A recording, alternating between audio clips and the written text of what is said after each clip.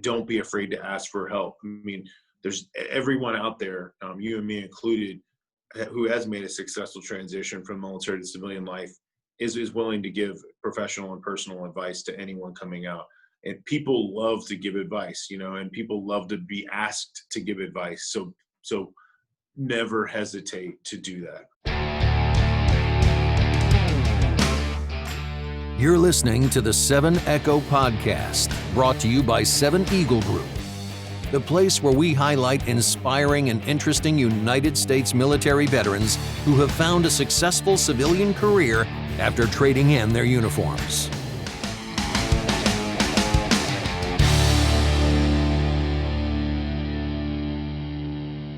Hey everybody, it's Rich from 7 Echo Podcast, and today I'm joined by John Bursler, who's the CEO of Combined Arms, a veteran service organization based in Houston, Texas. And he's also a Marine Corps infantryman, veteran of the Iraq War. And he left the Marine Corps as a non-commissioned officer. So John, I'm glad to have you here. And if you could tell us a little bit about what Combined Arms has been doing for veterans lately, that would be a great way to start. Yeah, no, thanks so much for having me, Rich. It's great to be reconnected, especially on such an important week like this week, not only because of Veterans Day, but also because of the Marine Corps birthday. So we celebrated properly a couple times. So basically, Combined Arms has been very busy during this challenging yet, but also very productive year during the pandemic. More recently, we have joined forces with the National Association of Veteran Serving Organizations, otherwise known as NAVSO, which is essentially a trade association for the military and veteran serving community, like really helping professionalize the veteran service organizations. And we saw this opportunity to align our missions and align our programs, and officially merged as of November 1st of 2020. And now we're integrating our teams. And so it's incredibly exciting to not only expand NAVSO's program offering to further professionalize and invest in the VSO space, but also expand what we're doing in terms of collaborating with organizations to ensure veterans and their families achieve greater outcomes in that difficult transition from military to civilian life, and a more national approach as well. So lots going on the Combined Arms front, and of course, with all the Veterans Day events and meetings and different virtual presentations, we've been incredibly busy doing that and serving record numbers of veterans, particularly as it relates to employment assistance, food, financial assistance, all kinds of very critically needed resources. For sure, and that's something I think that sets Combined Arms apart from the other 40,000 VSOs that are out there. I think you guys do a really good job of following the veteran through the process. And we've spoken about this in the past, but kind of cutting through all the noise and connecting different functions together to better service the veteran and track them throughout that process as a holistic, soup to nuts type deal, which I think really sets you guys apart and is unique to this conversation too, because we're talking about how veterans transitioned out of the military, and you transitioned out of the military, and now you run a veteran service organization that helps others do that. So I think that's huge. Could you maybe talk a little bit about your transition? How many years did you serve in the Corps, and what was your transition out like? Yeah, I served 8 years total, both on active duty and in the reserves. And my transition was unique because I got the opportunity to go to Texas A&M to train to be an officer, but due to some medical and conditions that had arisen as a result of my combat deployments, was really given the opportunity to, instead of continuing to serve as an officer, I got the opportunity to continue to serve outside of uniform, working for a United States congressman when working for the House of Representatives. And from that experience, I really got the opportunity to see the gaps in transition and Veterans Affairs policies and programs. And that enabled me to immediately have mission, immediately have impact, and immediately to have kind of an azimuth on what I wanted to do and what I'm supposed to really be doing out and after not being able to serve in uniform any longer. So that was 13 years ago, and I'm still leading toward that mission and vision to really reform the DoD and VA transition programming, and particularly how it relates to how we serve veterans once they come to the communities that they return to. So it's been a very positive endeavor and a very positive transition. It's not all been perfect. It's not all been squeaky clean, so to speak. Where there's been ups and downs like anyone, but for the most part, I think I've been incredibly fortunate, incredibly lucky, and incredibly happy to be continuing my service in a different way. For sure. I mean, so now you work on these high level ideas, and like you said, you worked in government for a little while after too. So I think you see like the top down of kind of how these policies are formed and but you've also seen that how they affect the person on the ground. So do you think that you were set up for success? Do you think you were provided the proper tools and to set yourself up for success after transition, or do you think maybe they're better now? I don't. Yeah, absolutely. I don't think the process was very good at all, and that's really because the process is set up for many individuals who are leaving an installation. They're giving resources that are local to that installation, not local to where that service member is returning to. Because most of us are leaving, our active duty military installation and returning to a completely different community, completely different city, completely different state in most cases. So if we know that 75% of those individuals transitioning out every year are leaving that geographic location and essentially becoming displaced workers, we have to do a better job, not only on the Defense Department transition side, but most importantly on the side of the community, because ultimately it's our responsibility as the communities that veterans return to make sure that they successfully transition, make sure that they're plugged in with employment resources and VA benefits and VA healthcare at the community level. Other social connectivity and reestablishing that tribe, that unit mentality that they had in the military. So there's a lot of challenges, and in that process, in that continuum of transition, they do encounter many challenges as displaced workers, and that's really what we've been really designed in this process to do, is to help solve for that. Definitely. I think, you hit on community, which is huge. You come from a community, no matter what your job was in the military, where, you all wear the uniform, you look to your left and right, you got people that you can, bond with and understand what you're going through, on all these like micro sacrifices that you make that you just don't even acknowledge as a sacrifice, missing holidays or births or whatever it may be. So that's huge. And when you come out, definitely, that's so vital to a healthy transition. So, you said it was maybe you weren't set up for success as you felt you should have or could have been. What would you say the hardest thing or the toughest thing about your transition out? I think understanding how to translate my skills and experience gained as a Marine Corps infantry unit leader into what the corporate world or even the local government or federal government world expected of me.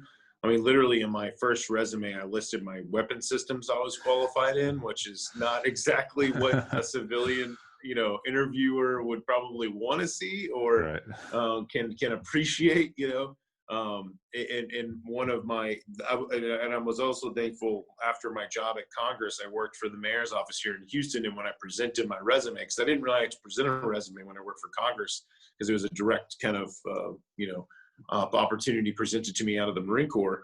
But when I presented my resume for the city of Houston's HR department, and I sent it to who would be my boss, he's like, "Oh man, Devil Dog, your resume smells like combat boots." And so he helped me give the first iteration of my resume out, and what now I kind of have come to appreciate is like a translating of our skills and experience from military to civilian speak.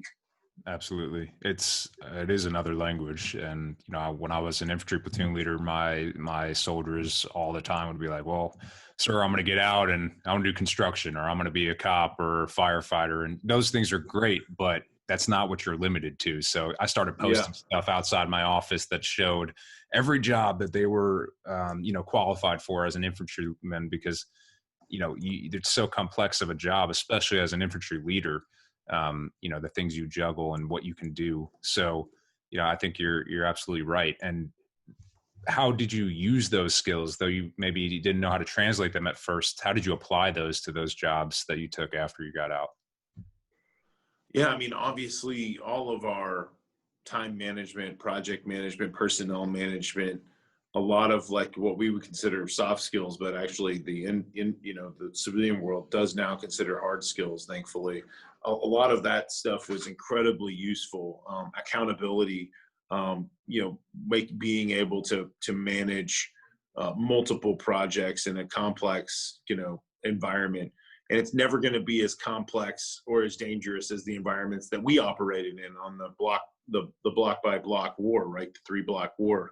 So when you're going into that first or second job, you're really wanting to move at a high operational tempo, and sometimes we're confronted with the challenge of your peers and supervisors not necessarily moving at the same speed and not necessarily appreciating your initiative and what they may consider to be aggressiveness, or over aggression. Yeah. And so that also doesn't translate well. I mean, we're not just talking about how our skills line up on paper, but our behaviors and our expectations of the way that the organization should be run. It differs dramatically, and you have to adjust to that, and you have to adjust to the people and the personalities.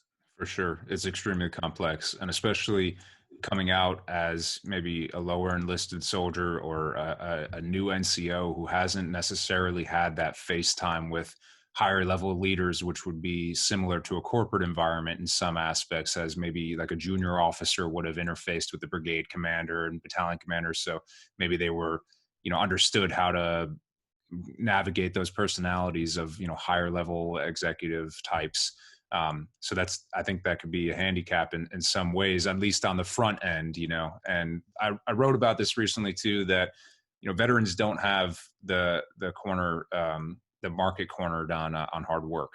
Right. Other people work hard too. And I think what you highlighted were the important skills that, that veterans have, like task management, task prioritization, operating in a complex environment, hitting the ground running, not getting married to one thing and being able to be flexible. Those things are huge. But as I mentioned, lower enlisted and NCOs, like, what would you recommend for a guy or gal or whoever who did, 3-4 years in the service and wants to get out? I mean, they didn't have that much preparation or interfacing with those types in there. Yeah, I mean, make sure and identify where you want to transition to. And if you don't know, then talk to some of your buddies, think about, where you have a network, both professional and personal, and then start doing research on that community, start doing searches, because what they're not going to tell you in TAPS or Soldier for Life is that, to connect in with community hubs like Combined Arms, because they don't know we exist, and it's frankly, they're not incentivized to do so. They're not incentivized to make sure that service members actually have an outcome tied to their transition. They're not incentivized to ensure that they actually successfully transition. They have a certain specific set of check boxes that they have to hit, and that's not their fault. It's just the way that the system is built based on outputs. Their whole job is to get you ready to leave service, and once you step off base and you're completely untethered. So you need to begin creating relationships, both professional and personal, with the community that you plan to return to. And if that changes, no big deal. Just stay flexible and stay agile on that planning process, and don't be afraid to ask for help. I mean, there's everyone out there, you and me included, who has made a successful transition from military to civilian life, is willing to give professional and personal advice to anyone coming out. And people love to give advice, and people love to be asked to give advice. So never hesitate to do that. Absolutely. And that's something I think is so important for, let's say, a junior soldier, airman, Marine, sailor who's getting out, who, maybe they were never able to walk into their platoon leader or platoon commander's office because there was, 4 echelons of NCOs before that. But now in the civilian world, you could just get on LinkedIn or you can email somebody who's a CEO, and there is no barrier, and a lot, like you Yeah. said, a lot of those folks are happy and eager to share their mind and advice to people who, are where they were a long time ago. So absolutely. So John, do you have any other advice for anybody, for people who are transitioning, thinking about getting out, anything you want to leave off with?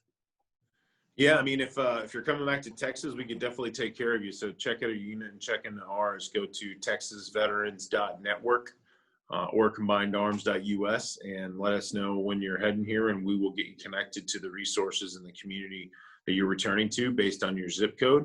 If you have any, if you have any trouble transitioning at all, or just need to figure something out and talk to somebody that has knowledge in this space that can connect you, still just reach out to our team and we'll get you squared away. We're all, former service members. We're all veterans that have successfully served and successfully navigated that transition. And we're very knowledgeable on the organizations that are national in scope that serve everywhere outside of where we are, and we can connect you with them. For sure. And I think, to any leaders who happen to come across this or listen to this, it's, the unit level leaders at company and below levels are the ones who are going to have the most impact on transitioning service members, because like you said, SFL or TAP, those things are not, it's a bureaucracy, it's a big system, so lower level leaders really need to check out places like Combined Arms, reach out for their unit. I'm sure that if a platoon commander or a company commander reached out to you, you would, be willing to talk to the whole company, to the group of service members who were thinking about getting out. So I think that's just something to be noted for, any leaders of small units. Absolutely. That's a great, that's great advice too. Definitely. Well, I appreciate you joining us today, John, and we'll catch up again later. Yeah. Thanks so much, Rich. Appreciate you having me, and good to see you.